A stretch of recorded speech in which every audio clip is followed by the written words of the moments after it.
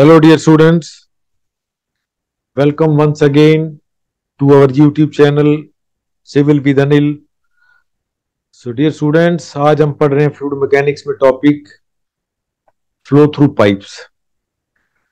तो dear friends, इस video के अंदर हम कवर करेंगे flow through pipe and open flow, major and minor loss of head in pipe, hydraulic gradient line and total energy line, pipes in series and parallel, and what is water hammer. So dear friends, आज का ये हमारा जो video है बहुत ही informative होने जा रहा है. तो इसलिए आप इसको अगर सही अच्छे से समझना चाहते हैं तो इसको शुरू से लास्ट तक अगर आप देखेंगे तो ही आप इसको समझ पाएंगे. तो इसलिए डियर फ्रेंड्स, मैं आपसे ये रिक्वेस्ट करता हूं कि आप इस वीडियो को लास्ट तक जरूर देखें ताकि आपको इस पूरे विषय के बारे में, क्योंकि इसके अंदर पूरा हमने फ्लो थ्रू पाइप्स को पूरा कवर करने की कोशिश की. तो डियर फ्रेंड्स, हमारा सबसे पहला जो टॉपिक है इसके अंदर that is flow through pipe and open flow. तो सबसे पहले हम इसके बारे में डिस्कस करते हैं कि what is a pipe. A pipe is a close conduit generally of circular cross section which is used to carry water or other fluid. When the pipe, तो ये हमने आपको सबसे पहले आपको डिफाइन किया है कि पाइप कैसी होती है. It is a close conduit generally of circular cross section, जो कि हम इस्तेमाल करते हैं किसी भी को कैरी करने के लिए, चाहे वो वाटर हो चाहे कोई और उसके अलावा कोई अदर फ्लूइड हो. तो जब हम उसको फ्लो थ्रू पाइप कब बोलते हैं तो उसके अंदर दो डेफिनेशंस हैं. फ्लो थ्रू पाइप का मतलब यह है कि when the pipe is running full, मतलब हमारा पाइप जो पूरा भरकर चलता है, and there is no free surface of liquid, उसके अंदर कोई भी फ्री सरफेस ऑफ लिक्विड नहीं, then the flow in the pipe is termed as pipe flow. तो उस फ्लो को हम पाइप फ्लो बोलते हैं. और ये जो फ्लो होता है ये किस वजह से होता है? It takes place due to the difference of pressure. जब दो पॉइंट्स के बीच में प्रेशर का डिफरेंस होता है तभी ये फ्लो हमारा संभव होता है. लेकिन अगर open channel flow is a type of fluid flow in a conduit with a free surface open to the atmosphere, मतलब जब हमारे पाइप के अंदर अगर पूरा भर के नहीं चलता है तो उसके अंदर there is a free surface, और वो which is just like a open to the atmosphere, तो उसको फिर हम पाइप फ्लो नहीं बोलते हैं, उसको फिर हम बोलते हैं open flow. The pipe running partial full behaves like an open channel. अगर हमारा पाइप जो है अगर पार्शियल भरा हुआ है तो वह एक तरह से ओपन चैनल की तरह से बिहेव करता है. The flow take place due to gravity. उसके अंदर जो फ्लो होता है that is due to gravity. जैसे ग्रेविटी जैसे हमारे कैनाल में फ्लो होता है उसी तरह से उस पाइप में भी फ्लो जब ही होगा when there is a gravitational, there is a difference of gravity.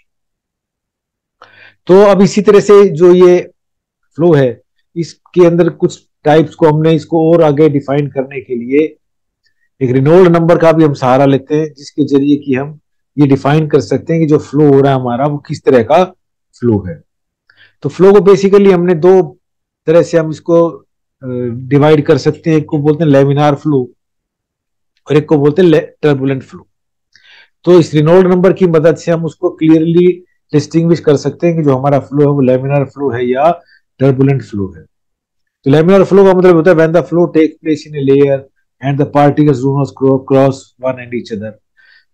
तो बिल्कुल मतलब स्मूथ फ्लो जो होता है तो उसके लिए फिर जो लेमिनार नंबर है, एक लेमिनार नंबर हम इस तरह से, एक ये फॉर्मूला है हमारे पास रो वी डी बाई म्यू.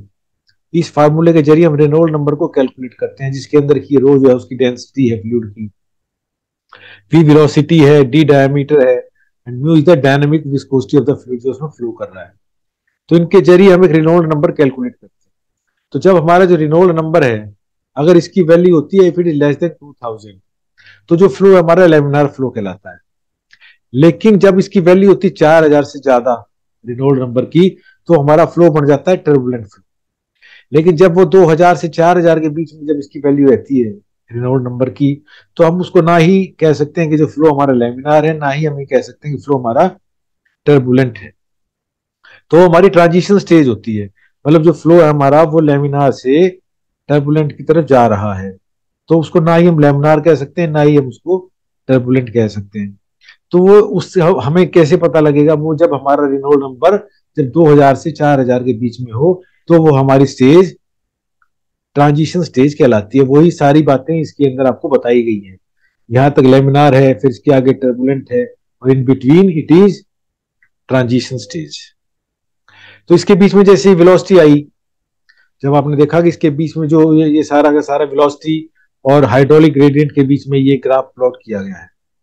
तो जब हमारी जो वेलोसिटी इन बिटवीन होती है लेमिनार से और टर्बुलेंट की, जब फ्लो हमारा लेमिनार से टर्बुलेंट फ्लो के बीच में होता है, तो वो जो उस टाइम पर जो वेलोसिटी होती है, that velocity is known as critical velocity.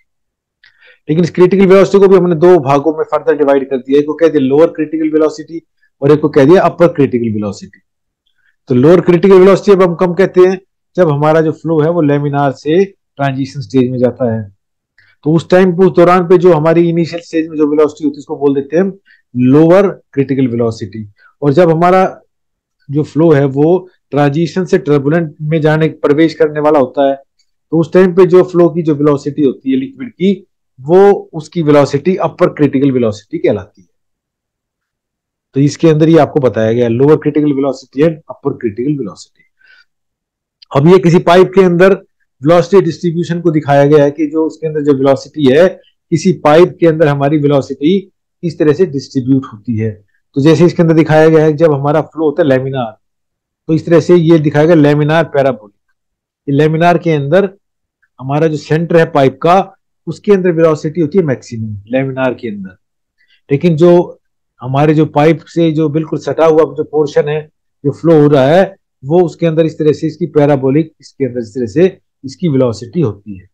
तो मतलब यहाँ से सेंटर पे मैक्सिमम और पाइप्स के एंड की सिरों पर या किनारे पर जो फ्लो है उसकी वेलोसिटी मिनिमम होती है, सेंटर पे मैक्सिमम होती है। लेकिन अगर हमारा टर्बुलेंट हो जाता है तो इसका ग्राफ इस तरीके से बनता है, आप देख सकते हैं लगभग सारे की जगह पर इसके अंदर वेलोसिटी हमारी लगभग एक जैसी होती है।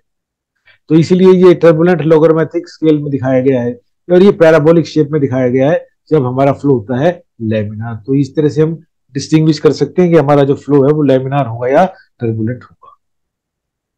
अब हमारा इसके बाद एक नेक्स्ट टॉपिक है, वो बहुत इंपॉर्टेंट टॉपिक है कि जब भी पाइप्स के अंदर जो फ्लो होता है, तो फ्लो होने की वजह से उसके अंदर जो उसकी एनर्जी है, उसके अंदर लॉस होता है एनर्जी का। क्योंकि वो जब पाइप फ्लो कर रहा है, उसमें लिक्विड फ्लो कर रहा है, तो उसके अंदर जो उसकी एनर्जी है, मतलब जो भी इसके अंदर जो प्रेशर एनर्जी है, काइनेटिक एनर्जी है, वो जो है धीरे धीरे आगे आगे कम होती चली जाती है। तो वो उसकी क्या वजह है, तो उसको हमने दो हिस्सों में डिवाइड किया है। एक को कह देते हैं मेजर लॉस, मतलब मैक्सिमम जो लॉस जो हो रहा है पाइप के अंदर वो किस वजह से हो रहा है, उसको हमने मेजर लॉस के नाम से डिफाइन किया है। और दूसरा होता है हमारा माइनर लॉस, मतलब थोड़ा सा, मतलब कम लॉस जो होता है, बहुत छोटा, जो कि मेजर लॉस के कंपैरिजन में बहुत ही कम होता है। तो जब मान लो बहुत लेंथ, अगर हमारी पाइप की लेंथ बहुत ज्यादा बड़ी होती है, तो उस कंडीशन के अंदर हम इस माइनर लॉसेस को नेग्लेक्ट भी कर देते हैं, क्योंकि वो जो माइनर लॉसेस होते हैं वो मेजर लॉस के कंपैरिजन में बहुत ही कम होते हैं। तो जो हमारा जो मेजर लॉस है वो किस वजह से है, तो इसको हमने डिफाइन किया, the major loss of head is due to the viscosity and turbulence of the liquid. It is called the loss of head due to friction. इसको हम ड्यू टू फ्रिक्शन भी हेड लॉस को उसको हम कह सकते हैं। तो it occurs at a uniform rate along the pipe as long as size and quantity of pipe remains constant. जब तक कि इसके अंदर जो पाइप जो है, इसके अंदर रेट यूनिफॉर्म रहता है फ्लो का, और क्वांटिटी जो है वो जो हमारी कांस्टेंट है अगर फ्लो की, तो उसको हम उस तरह से जो लॉस होता है हमारा, उसको हम मेजर लॉस बोलते हैं। And it is also known as a head loss due to friction and it is denoted by HF. तो इसको कैलकुलेट करने के लिए डार्सी वेस्टमैच का फार्मूला हम इस्तेमाल करते हैं। और भी बहुत सारे फार्मूले हैं, लेकिन यही जो फार्मूला है हमारा, जो कि हमें सबसे एक्यूरेट रिजल्ट देता है। तो इसीलिए इसके अंदर जब पाइप के अंदर फ्लो होता है, तो इसके लिए इसके अंदर सिर्फ इसी फार्मूले को ही हम अधिकतर इस्तेमाल करते हैं। तो इसमें head loss due to friction calculate करने के लिए हमारा ये फॉर्मूला है 4FLV²/2GD। तो F is the coefficient of friction or friction factor, and V is the velocity of flow, L is the length of the pipe, G acceleration due to gravity, and D is the diameter of the pipe। तो ये कुछ parameters हैं जिसके जरिए कि हम head loss due to friction calculate कर सकते हैं। तो ये इसको इसका जो डेरिवेशन भी है फॉर्मूले का, लेकिन हमें ये फॉर्मूला ही याद करना है। इसके बाद हम आ जाते हैं माइनर लॉसेस के ऊपर। तो जब भी पाइप के अंदर से जो लिक्विड फ्लो कर रहा है, तो उसके अंदर अगर पानी, अगर जो जो लिक्विड हमारा अगर सीधा सीधा अगर फ्लो करता रहे, तो कोई इस तरह की लॉसेस नहीं होते, सिर्फ फ्रिक्शन लॉसेस के अलावा। लेकिन अगर पाइप के अंदर अगर बहुत ज्यादा मोड़ तोड़ है, या पाइप कहीं पर उसका डायमीटर ज्यादा है कहीं कम है, तो उसकी वजह से उसमें लॉसेस होते रहते हैं, क्योंकि उसके अंदर फिर उसकी जो वेलोसिटी है वो बदलती रहती है। तो वेलोसिटी के बदलने की वजह से ही ये हमारे माइनर लॉसेस होते हैं। The minor losses of head are mainly due to the change in velocity or direction of flow. Direction of flow से अगर सीधा एक ही रहे और वेलोसिटी ना बदले, तो फिर हमारे माइनर लॉसेस नहीं। तो माइनर लॉसेस के अंदर सबसे पहले हम पढ़ते हैं loss of head due to the sudden enlargement. कभी जैसे मान ली पाइप हमारे गया हुआ है, जैसे आपको दिखाया गया ये वाला पाइप, इसका हमने अचानक इसका डायमीटर बढ़ा दिया। तो डायमीटर बढ़ाने से क्या होगा, जैसे यहाँ पर डायमीटर बढ़ा दिया तो यहाँ पर वेलोसिटी एकदम से कम हो जाती है, क्योंकि डायमीटर बढ़ गया, और यहाँ पर डायमीटर कम है तो वेलोसिटी कम हो जाती है, क्योंकि पाइप का साइज बढ़ गया है। तो डिस्चार्ज कांस्टेंट है, तो A1 V1 equal to A2 V2। तो साइज बढ़ने से वेलोसिटी कम हो जाती है, तो वेलोसिटी का डिफरेंस आ गया, तो उस वजह से फिर इसके अंदर हमारा हेड लॉस हो जाता है। तो इसको हमने डिफाइन किया है V1 minus V2 square by 2G। इसका whole square V1 minus V2, जहां पर वेलोसिटी सेक्शन 1 में और V2 सेक्शन 2 पे वेलोसिटी है, तो वेलोसिटी कम हुई है, तो उसकी वजह से इसके अंदर हेड लॉस हो जाता है। तो इसको बोलते हैं loss of head due to sudden enlargement. इसी तरह से होता है हमारा loss of head due to sudden contraction. अगर मान लिया पाइप का साइज एक बड़ा था, आपने अचानक छोटा कर दिया, तो उसके अंदर भी फिर there is a sudden loss of contraction बोलते हैं। लेकिन इसके अंदर भी जो लॉस होता है वो basically that is due to the expansion, क्योंकि यहाँ पर जैसे आप देखते हैं इसके अंदर ये पाइप हमारे यहाँ पर जैसे इसके अंदर से एंटर करता है, तो इस तरीके से यहाँ पर इसका डायमीटर रिड्यूस हो जाता है, तो इसकी वजह, लेकिन फिर वो फर्दर एक्सपैंड होता है। तो इसलिए इसके अंदर जो लॉस होता है that is due to sudden expansion. लेकिन क्योंकि अब मेन तो टॉपिक यहाँ पर ये है कि पाइप का जो डायमीटर है वो रिड्यूस हो गया है, तो इसलिए इसको हम बोलते हैं loss of head due to the sudden contraction. तो इसको इसके अंदर सीसी की वैल्यू आ जाती है हमारे पास, यहाँ पर जैसे आप देख सकते हैं ना, यहाँ पर एक कॉन्ट्रैक्टर बन जाता है, तो सीसी की वैल्यू होती है। लेकिन इसको अगर हम कांस्टेंट मानकर अगर इस तरह से अगर इसको ड्राइव करें, तो हमारे पास नेट फॉर्मूला ये बन जाता है 0.5 V2 स्क्वायर बाई 2G। अब आता है हमारा loss of head at the entrance of the pipe. तो जैसे ही हम किसी पाइप को किसी भी रेजरवॉयर से कनेक्ट करते हैं, तो इसको इनलेट लॉस भी बोलते हैं। इट अगर when the liquid enters the pipe from a large vessel, तो flow pattern is similar to that of the sudden contraction. जैसे सडन कॉन्ट्रैक्शन हो गया बड़े पाइप से, जैसे वेसल से हमने छोटे पाइप में कनेक्ट किया, तो इसके अंदर वही फिनोमिना एक्ट करता है जो कि हमारा सडन कॉन्ट्रैक्शन में होता है। तो इसलिए इसकी वैल्यू हम लेते हैं 0.5 V2 स्क्वायर बाई 2G, वही फार्मूला है जो कि सडन कॉन्ट्रैक्शन का है।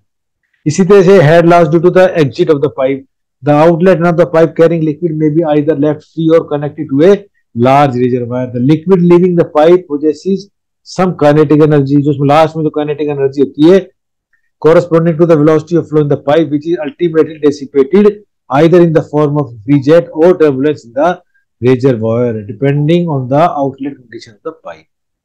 तो जैसे उसके अंदर जब आउटलेट से जब हम बाहर छोड़ देते हैं, तो जो उसकी जो काइनेटिक एनर्जी होती है वो वेस्ट हो जाती है। तो इसलिए जो भी काइनेटिक एनर्जी उस टाइम पे वेलोसिटी की वजह से v स्क्वायर बाई 2G वो सब हमारी लॉस हो जाती है।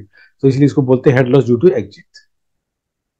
अब हमारा था head loss due to the obstruction in the pipe. जैसे पाइप है, इसके बीच में अगर कोई ऑब्स्ट्रक्शन आ गया, तो इसके अंदर से जो ऑब्स्ट्रक्शन आने की वजह से वही इसके combination of head loss due to the sudden contraction and expansion. तो इन दोनों का कॉम्बिनेशन से ये हमारा हेड लॉस बनता है। तो जैसे मान यहाँ पर एरिया है ए, इसका ऑब्स्ट्रक्शन का एरिया है स्मॉल ए, तो उनको मिलाकर हमने ये फॉर्मूला बना दिया head loss due to the sudden obstruction. तो ये फॉर्मूला लिखा हुआ नीचे आप देख सकते हैं, ये मैं आपको एरो से दिखा रहा हूं, ये फॉर्मूला आप इसको याद कर सकते हैं। अब इसके बाद head loss due to the bend.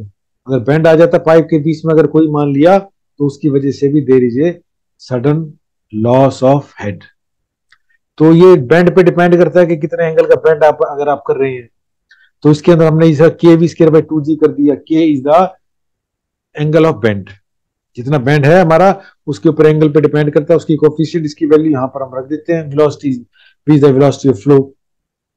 तो इसके जरिए भी हम इसको हम v²/2g, तो आप इसमें आपने नोट किया होगा सभी फॉर्मूलों के अंदर हमने v²/2g का ध्यान रखा है, क्योंकि जो लॉसेज हैं they are due to the change of velocity, और वेलोसिटी हेड और काइनेटिक हेड की वजह से ही होता है। तो इसलिए इसके अंदर हर जगह पर हर फार्मूले में आपको v²/2g आपको जरूर मिलेगा। ये आपको दिख रहा है v²/2g।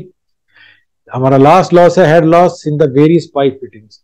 अब उसके अंदर पाइप के अंदर जब हम बहुत सारी फिटिंग्स भी करते हैं तो उसकी वजह से भी हमारे पास there is a certain head loss, तो उसको हमने k(v²/2g) कर दिया, and k is the coefficient of pipe fitting. जो भी पाइप फिटिंग आपने इस्तेमाल किए उसके ऊपर ही हमारा हेड लॉस डिपेंड करता है। तो अब इसके अंदर हम इसके अंदर एक बहुत और इंपॉर्टेंट टर्म के बारे में पढ़ रहे हैं, that is a hydraulic gradient line. आई तो जो इसके अंदर जब हमारा पाइप के अंदर से फ्लो हो रहा है, तो अगर इसके अंदर अगर हेड लॉस ना हो किसी तरीके का भी, तो हमारी जो इसके अंदर कोई भी जो ग्रेडियंट लाइन है ये सीधी रहेगी। लेकिन जब इसके अंदर पाइप के अंदर जब फ्लो हो रहा है तो there is some head loss. तो अगर हम किसी भी कुछ पॉइंट्स के ऊपर अगर उसके अंदर जो एनर्जी है उसकी डेटम एनर्जी और काइनेटिक एनर्जी को मिलाकर एक पॉइंट्स ड्रॉ कर दें, जैसे आपने यहाँ पर ये पीजोमेट्रिक ट्यूब लगा दी, तो यहाँ पर हमें प्रेशर एनर्जी का पता लग गया और यहाँ से नीचे हमें डेटम एनर्जी का पता लग गया। तो इन दोनों ऑर्डिनेट्स को मिलाकर ये हमारे पास पॉइंट्स आ गए। तो इन पॉइंट्स को मिलाकर अगर एक लाइन ड्रॉ करते हैं तो ये लाइन हमें बताती है कि this is a hydraulic gradient line. तो इस लाइन को हम हाइड्रोलिक ग्रेडियंट लाइन बोलते हैं। तो इससे हमें पता लगता है इसके अंदर हमारा कितना टोटल हेड लॉस हो गया। तो इसे HF से डिनोट किया गया, यहाँ पर ही दिखाया गया हमें। तो इससे हमें पता लग जाता है कि what is our total head loss HF। तो इन सभी को इस लाइन को हमने बोल दिया हाइड्रोलिक ग्रेडियंट लाइन। इसी तरह से हमारे पास एक और लाइन आती है, इसको बोलते हैं टोटल एनर्जी लाइन। तो जैसे आप देखते हैं पाइप तो ऊपर जा रहा है, तो लेकिन इसका मतलब ये नहीं कि हमारी जो एनर्जी लाइन है वो इस तरीके से हुई। एनर्जी तो डिपेंड करती है कि यहाँ पर हमारे पास इस पर्टिकुलर पॉइंट्स पे टोटल एनर्जी कितनी। तो यहाँ पर ही हमने इसको एलिवेशन 1 दिखाया है, यहाँ पर इसकी ये प्रेशर एनर्जी है, यहाँ पर काइनेटिक एनर्जी है। तो ये टोटल एनर्जी हमारे पास इस पॉइंट पे। अब हम जैसे जैसे आगे फ्लो करते हैं तो इसमें फ्रिक्शन लॉस होता है और भी बहुत सारे लॉसेज होते हैं जो वगैरह कुछ और फिटिंग्स वगैरह हो। तो इस तरह यहाँ पर ये पॉइंट 2 है हमारा, तो यहाँ पर इसके अंदर ये इसका ये है एलिवेशन 2, ये यहाँ पर प्रेशर एनर्जी है, यहाँ पर काइनेटिक एनर्जी है। तो ये हमारी टोटल एनर्जी आ गई। तो इस पॉइंट को हमने कह दिया। तो इनको अगर जो हमारा जो पोटेंशियल हाइड्रोलिक ग्रेडियंट लाइन है उसके अंदर अगर हम उसके अंदर काइनेटिक एनर्जी भी जोड़ दें v²/2g, तो ये हमें दे देती है टोटल एनर्जी लाइन।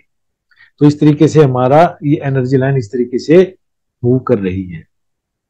पाइप का डायमीटर सेम था तो इसलिए यहाँ पर इसकी वेलोसिटी पॉइंट पे दोनों हर पूरे पाइप में सेम रहती है, तो इसीलिए ये इसके पैरेलल रहती है। लेकिन इसके अंदर हमने काइनेटिक एनर्जी को और जोड़ दिया है। तो ये जो लाइन हमें शो कर रही है this shows us the total energy line और एनर्जी ग्रेड लाइन।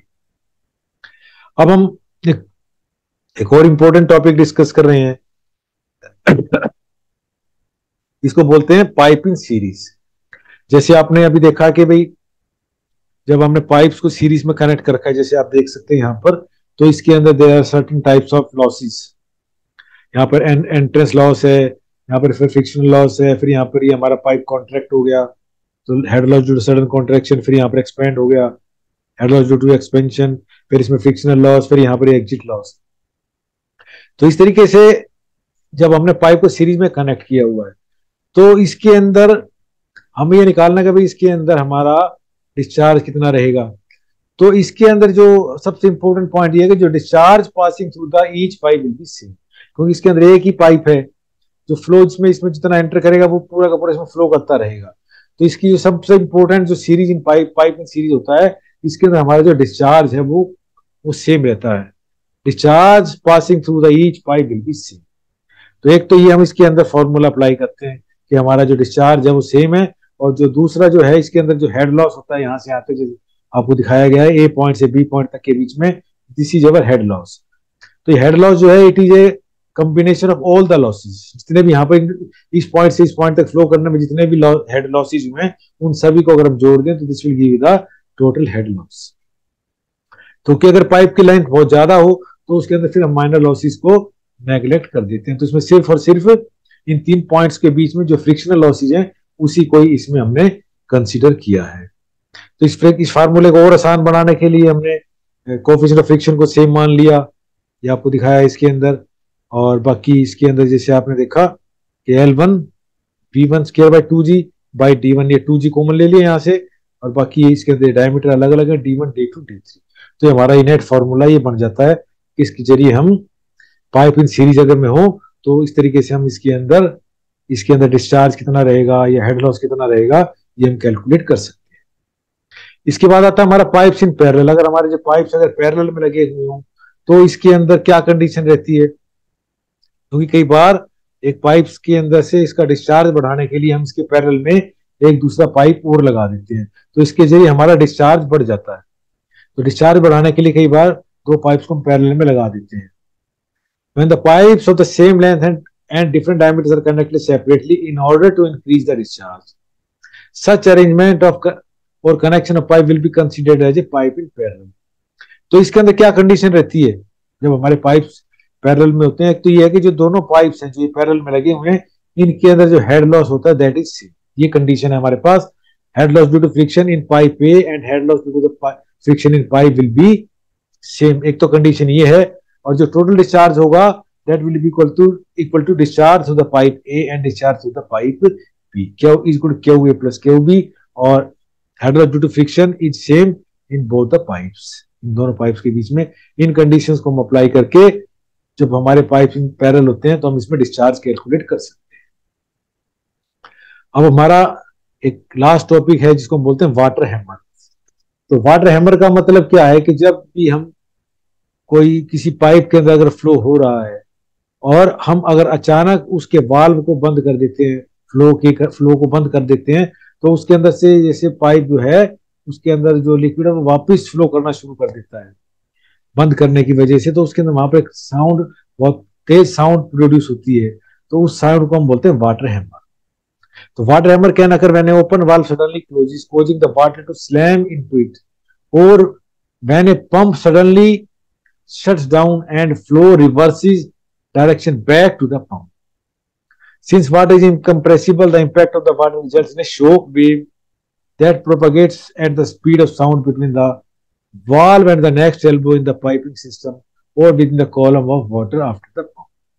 तो इस फार्मूले से हम उसके अंदर हम ये निकाल सकते हैं कि भैया इसके अंदर हम इसको कितना टाइम लगाएं कि इसके अंदर ये वाटर हैमर का इफेक्ट ना हो। The relation shows the relation between these three variables and their effect. P is the additional pressure generated by the shock wave. Additional pressure generate होता है। V is the velocity, flow velocity, इसमें जो velocity हो रही है, and L is the length of the pipe and T is time taken to close the valve. तो जितना हमारा कम टाइम क्लोज वाल्व करने में होगा उतनी ज्यादा उसमें एडिशनल प्रेशर क्रिएट होगा। जितना ज्यादा टाइम हम वाल्व क्लोज करने में लगाते हैं तो उतना ही इसके अंदर कम प्रेशर जनरेट होता है और उतना ही वाटर हैमर इफेक्ट कम होता है। तो जैसे इसके जरिए आपको दिखाया गया है वाटर क्लोज्ड वाटर स्टील, ये वाटर हमारा वाल्व क्लोज है, वाटर स्टील है, लेकिन जैसे आपने वाल्व को ओपन कर दिया ये पानी इसके अंदर वाटर मूव करना शुरू कर दिया, लेकिन जैसे अचानक हम इस वाल्व को बंद कर देते हैं तो इसके अंदर वाटर हैमर इफेक्ट पैदा हो जाता है। लेकिन अगर इसी वाल्व को अगर हम स्लोली अगर बंद करते हैं तो फिर ये वाटर इफेक्ट जो है कम होता है। तो इसको इफेक्ट करने के लिए हम बहुत जगह पर सर्ज टैंक भी लगा देते हैं ताकि वाटर जो है जब वापस मूव करता है तो उसके अंदर ऊपर चढ़ जाता है। तो एक सर्ज टैंक का एक टॉपिक होता है, तो वो हम हमारे अभी इसमें नहीं पढ़ रहे हैं, लेकिन ये मैंने आपको जैसे जस्ट वैसे ही बता दिया है। तो डियर फ्रेंड्स, ये आपको जो ये सारी वीडियो है ये आपको समझ में आई होगी बहुत अच्छे से। तो मैं आपसे उम्मीद करता हूँ कि आप इसको ज्यादा से ज्यादा लाइक करेंगे, शेयर करेंगे और अपने दोस्तों को बताएंगे ताकि ज्यादा से ज्यादा और भी जो आपके मित्र हैं वो सब इससे फायदा उठा सकें। So thanks for watching this video.